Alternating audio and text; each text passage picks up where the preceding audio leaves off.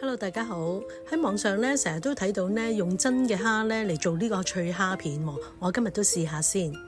嗱，我買咗呢一啲嘅冰鮮蝦翻嚟之後咧，跟住解咗凍，然後跟住就將佢洗乾淨，索乾水分，加啲薑絲、胡椒粉、少少嘅鹽同埋少少嘅酒咧，去撈下佢，俾咗個底味佢。撈勻咗之後，大約醃5至10分鐘啦。跟住咧就用刀喺蝦嘅背部開一刀，開深少少就可以咧將呢個蝦咧攤平噶啦。嗱，好似而家咁樣，將每一隻蝦咧都係咁樣做，因為咧我哋一陣間咧要將佢咧拍扁佢嘅，所以咧開得深少少咧，一陣間咧將佢拍得佢扁平啲個效果咧就做得理想啲啦。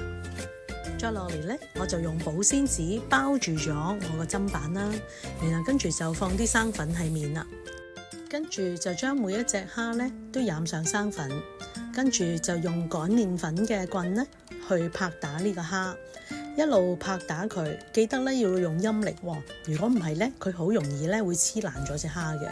咁我哋將佢底面咁樣拍打，就好似咁樣樣咧，就可以做到扁平嘅效果噶啦。盡你自己嘅能力啦，然後跟住咧就將佢拍打。有陣時拍得太薄嘅話咧，佢會好容易咧黐爛咗啊！咁所以咧，我哋記得就用陰力，然後跟住咧盡量拍到最扁平就已經完成噶啦。就好似而家咁樣，將每一隻蝦咧都係用呢個做法。嗱，你睇下咁樣做呢個效果係咪好好咧？準備好晒，我哋咧就放啲可以煎炸嘅油落個鑊度，我哋用半煎炸嘅形式。然後跟住將蝦片咧放入去，用大火去煎佢，因為蝦咧唔可以用太細火啊，如果唔係咧佢就會咧霉爛噶啦。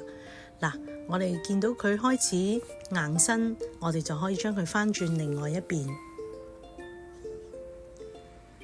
記得每一次咧，我哋唔好落太多嘅蝦落去，分開幾次咁樣半煎炸就最好啦。仲有我哋咧煎完一次之後，拎翻上嚟索乾佢，跟住再炸另外一次，呢個效果咧就會理想好多，而且咧出嚟嗰個蝦片咧會脆身好多噶。跟住我哋將佢索下油，就加味椒鹽粉灑落去，將佢增添一啲鹹味，底面咁樣將佢撈勻，咁就完成噶啦。其實咧呢個做法咧用氣炸鍋都得噶。如果你想再乾脆啲嘅咧，你可以咧用氣炸鍋嚟做，亦都係好好嘅做法。跟住就可以配上自己喜歡嘅醬汁嚟襯呢一個脆炸鮮蝦片啦。嗱，我今次就揀咗沙律醬同埋泰式嘅酸甜醬嚟配襯，效果都唔錯啊！你哋都試下呢個小食咧，真係試得過啊！攞嚟送酒同埋宴客咧，真係非常好。